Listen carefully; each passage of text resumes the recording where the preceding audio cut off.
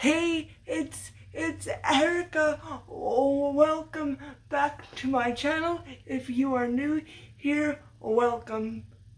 Then welcome. I got a new haircut. I got bangs, which I still have to get used to. So if I'm playing with my hair a lot, I'm sorry if that annoys you, but I just have to get used to them. Sometimes you gotta try new things. But today I want to talk a little bit about accessibility and inaccessibility in college, and like I think I might separate this into two videos.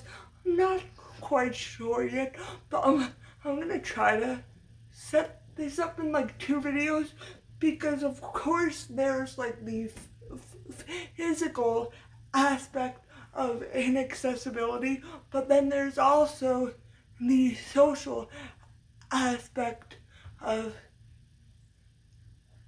inaccessible.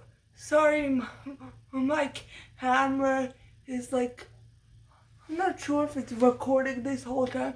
I hope it is, but sorry if I'm like looking at the camera weird. But so I think today I'm gonna focus mostly on like the physical aspects of inaccessibility, because that's a bit easier. First of all, it's easier for me emotionally to talk about, and second of all, it's just easier for other people to understand and to see, because you can see when something's inaccessible. Although a lot of non-disabled people, like, they aren't aware of inaccessibility, so when things are inaccessible, they aren't always quick to notice. Sorry that I'm playing with my hair. It's fine.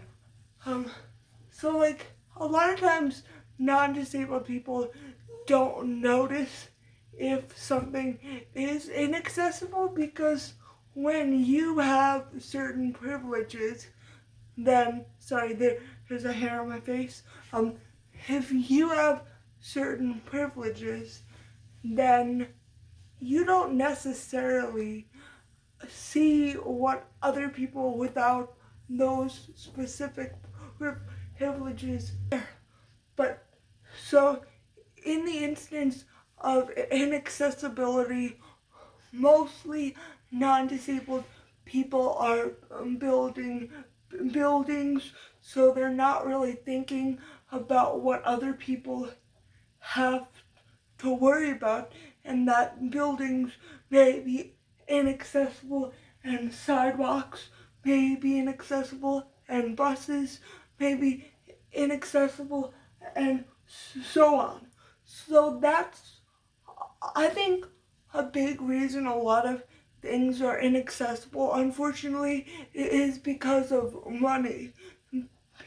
People think, oh well, not a lot of disabled people are going to go here, so it's not going to pay off in the long run if we make it accessible, which is kind of BS if you ask me, because if one person needs that accessibility, that should be enough for you to be like, well, somebody can't get in here, somebody can't do this, so we need to fix it so that we can be on a more even playing field. And that's a lot of what social justice is about. Like, people get mad and they'll call you like a social justice warrior or whatever. My ex-boyfriend thought that was an insult, so he called me that, and that was the nicest thing he's ever said about me. But basically, social justice itself is about making the playing field even for all players regardless of their needs, regardless of their race, their gender, their sexual orientation, and everything like that. And when I say regardless, we're not ignoring their identities. Actually, it's the opposite of that. We're understanding their identities and how that may impact their access to certain things. So in the case with accessibility, understanding that a disabled person may not be able to get up the stairs, so building a ramp so that they can get into a building, or with blind people, they may not be able to read a book in plain plain English. And when I say plain English, I mean non-braille. So in that case, you would give somebody braille or a screen reader or an audiobook so they can listen to it. But so getting to the point of this video, college, spoiler alert, is not very accessible. And I'm not gonna say what college I went to, because I don't really want this to be a hit piece on the college I went to, because I'm actually very fond of the college I went to, even if I've had some pretty bad experiences there. I've also had some pretty good experiences, and I respect a lot of the people that work there and go there. So I'm not trying to take down my alma mater. It sounds so prestigious when I say that, but so I'm not really gonna name names. I mean, you can find out where I went to college. It's on the internet, so if you really want to find out, you could easily find out. But that's not the point of this particular video. But so my school, like my freshman year, I was in the freshman dorms, and they were the most accessible on campus. Like, I think they had they maybe altogether they had 4 accessible rooms in the building, and it was a pretty big building. I think it had 5 floors, and I mean, it did have an elevator, and it was accessible in that way. Like, it didn't have a lot of steps, like these steps that they had. There was also a ramp when they couldn't build an elevator, which is great. But so that building was the most accessible building on campus, which was great. I lived in a suite, so there were 2 other girls, and they lived in the room. There was a bathroom and then a room next to that, and so we shared a bathroom, and the bathroom was very accessible. They had grab bars so I could hold on to the bars, because that is something I need, and they had everything at a height that was appropriate for me, so I could use the sink in my wheelchair or standing up. And there was a bench in the shower for me. It could fold up and down, because my suite mates were not physically disabled, so they didn't need that, but I did. So it would fold up and down depending on who was using the shower at that moment. So that was really accessible and good. But some of the academic buildings at the school were not the most accessible.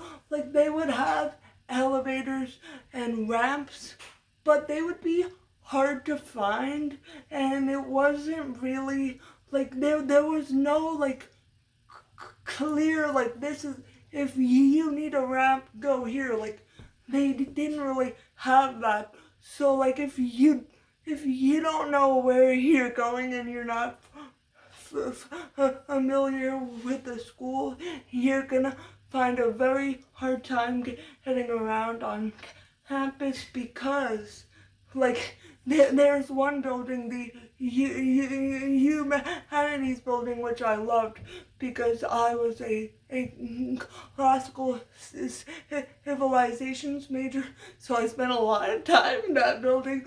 But it was not very accessible because it was very old, which, I mean, I do love old architecture. I think it's very pretty and I like to look at it, but it wasn't very accessible. Like, I think what it was, I think a tour guide or something told me this once, or maybe it was one of my professors, but it was somebody's house, and then they like I, added on to it to make it an academic building. So it wasn't necessarily the most straightforward building. It was kind of like a maze, and everybody gets lost in it, whether they're able-bodied or disabled. And there was there were two elevators in the building. One of them went to all of the floors, but then another one would stop at the second floor.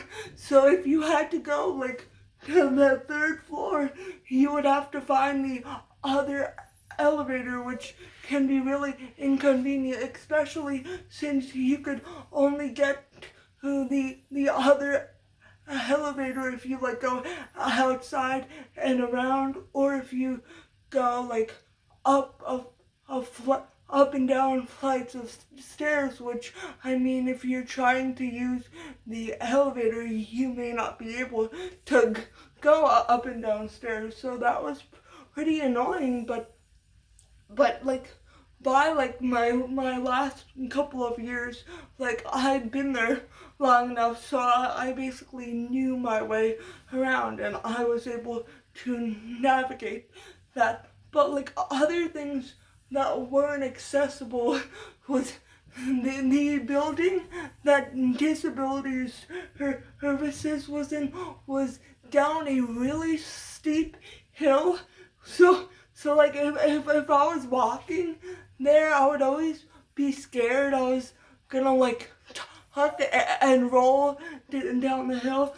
But if I was in my wheelchair, I would always be scared that my wheelchair would tip over, because like, yeah, it's a wheelchair, but it's not really made to go down like a 90-degree angle like that. So that was very hard. And then there were some close calls there where I almost flipped out of my chair, but thankfully I did not. And that building itself was also not very accessible, because one time I was at one of my friends' apartments, and we were having like a social gathering before classes started, and so it was late at night. It was sometime after midnight, and I had to get home, and I lived on the other side of campus from that building, and my friend lived on the like third floor. I don't know if he lived on the third floor, but I'm just gonna say that because I'm pretty sure he lived on the third floor. It's not really relevant to this story, but so when I was going home, I had to go down the elevator, and So the only accessible entrance with like a ramp instead of steps is on the lower level. But this elevator after midnight would only go down to the first floor, which is a floor above the lower level.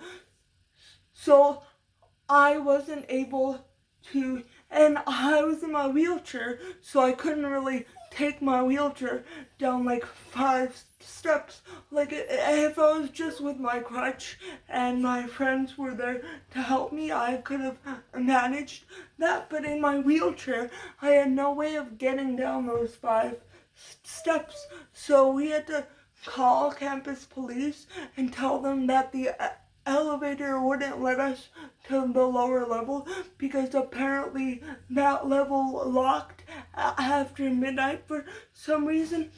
And when one of my friends was on the phone with campus police, the campus police were like, oh, just take the stairs, just take the stairs. And my friend kept saying, well, we're with someone who's in a wheelchair. My friend is in a wheelchair, so she can't really take the stairs. So then the like dispatcher or whoever it was on the other end of the phone was like, well, if she's in a wheelchair, why is she on this side of campus at this time of night? And it's like, I was a college student, like I like to socialize with people, and I'm not gonna just stay on the side of campus where the disabled people are supposed to be. Like, that's total BS. I should be allowed to socialize with my friends at any time of night, or maybe I was studying. Like, they really had no way of knowing what I was doing. But so that was just very micro aggressive, and it really upset me because it was very embarrassing for that to happen in front of my friends. You know, like I was having a good time, and then like that had to happen, and it brought me back to reality, and I remembered that was how people perceived me. And no matter how like social and how like extroverted and empathetic and fun that I was, when people see me, they still see the disabled girl, and they're still going to judge me based on that, and that really hurt me. So that's like one big example that sticks out into my mind about something that's not really accessible. And like disabled people should be allowed to go everywhere that non-disabled people can go. Like if you're going to build a building, even if you're not anticipating disabled people to be going there, you should make it accessible just in case, because it's not for you to tell disabled people where they should and should not be, where they can and cannot go. And also, one of the things I noticed in college was like there were like buttons for automatic doors that would not work, and like I questioned one of the administrators about why that was, and they're like, oh, because there was like a disabled student that lived in that building a few years ago. So then I was like, so why doesn't it work anymore? And they're like, oh, we had to take the electrical parts down because they were more expensive to maintain than it would be to just build an entirely new one. And I was like so once a disabled student leaves this school, you just tear down the accessibility, and then you wait until another disabled person comes and then build it again. Like to me that doesn't make sense. I don't know anything about like the financial cost of maintaining it, and frankly I don't care, because this school was super expensive, and this school, although they always pretended they didn't have the money to put into making things accessible, my last year they got a brand new bus with like the school logo on it for student athletes, and the bus wasn't even accessible either. It only had stairs. It didn't have a lift or anything like that. So they had the funds to buy that brand new bus that they didn't really need, but they don't have money to put in automatic doors on campus so that disabled students cannot get in to places. Like that doesn't make sense to me. That doesn't add up to me whatsoever. And I don't really care about the financial cost, because it was such an expensive school, and they were constantly making renovations, so they were constantly upgrading and constantly changing things and making them look better. Well, it's like one of those changes should also be making this school accessible to all kinds of people. And my second to last year at school, I was actually in the student government, and the student government, we would have our meetings in a room that was like an auditorium, but the problem was it was not accessible. Like the only way you could like go there if you were in a wheelchair, you would either have to sit all the way in the back or sit like on the stage, which is super awkward when you're just there for a meeting. And if I came with my crutch, the only place I could sit was all the way in the back, because on the stage there are no seats. And it's very awkward to be sitting on the stage when you're not like running the meeting. Like, of course there were times when I was on stage because I was giving like a presentation and stuff like that.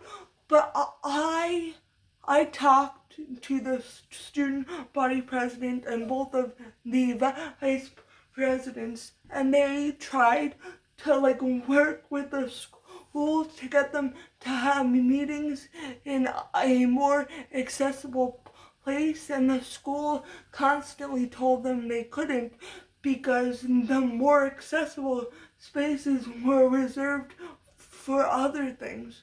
But it's like, if you're gonna have a student government association and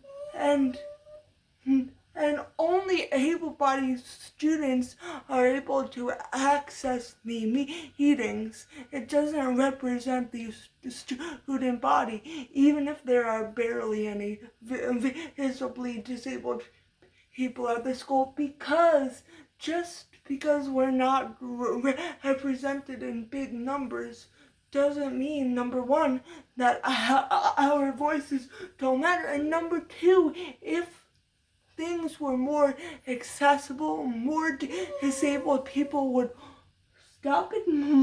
My dog's crying really loud in the back. I'm sorry if it's distracting, but if things were made more accessible, more disabled people would go there. And like I will give credit to one of the vice presidents, the one that I worked with. His name was Matt. his Matt is still around, but Matt like set up a meeting with me, him, and the administrators, and we talked about how we can make the school more accessible. And Matt came in with all these great optimistic ideas. Like, he's like, well, my one friend goes to like this school somewhere, and they have like outdoor elevators to get to like every building. And this school like shot down his dreams right away, and we're like, we can't afford that, which again is BS, because when it's something to serve able-bodied students, then they do it right away.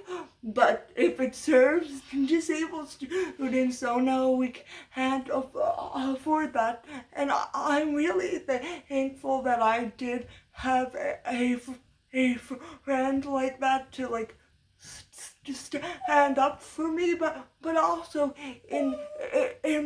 empower me and let me speak for myself. Like, Matt never, like, if I wanted to say something and I wanted it to be me to say it, he would let me say it. And I think that really helped me a lot in school, was feeling like I had a voice, even if then my school turned me down and was like, no, we can't spend that kind of money. But the point of this video isn't to drag my college, because again, like, I Munchkin, please settle down. But like, I really loved my college, and I still have very fond memories of it. But that doesn't mean that it was accessible, and it doesn't mean that I didn't struggle. And disabled students shouldn't have to worry about that. They should just worry about enjoying their time in college and learning things and getting their degree and all of that stuff. But they shouldn't have to worry about things that able-bodied students take for granted. And I think that's just the point of this video, is so many people don't know what disabled people have to go through on a daily basis.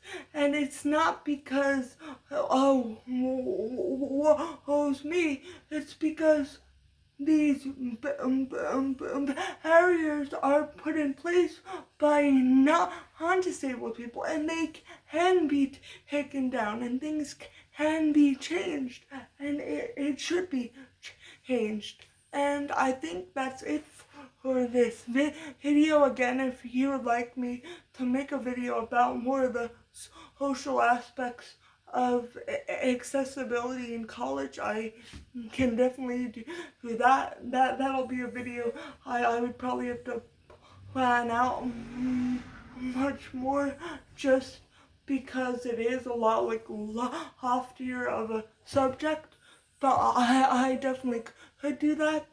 I really hope you enjoyed this video. Please give it a thumbs up if you did, and please subscribe if you have not already. And thank you so much for watching. I hope to see you next time. Bye.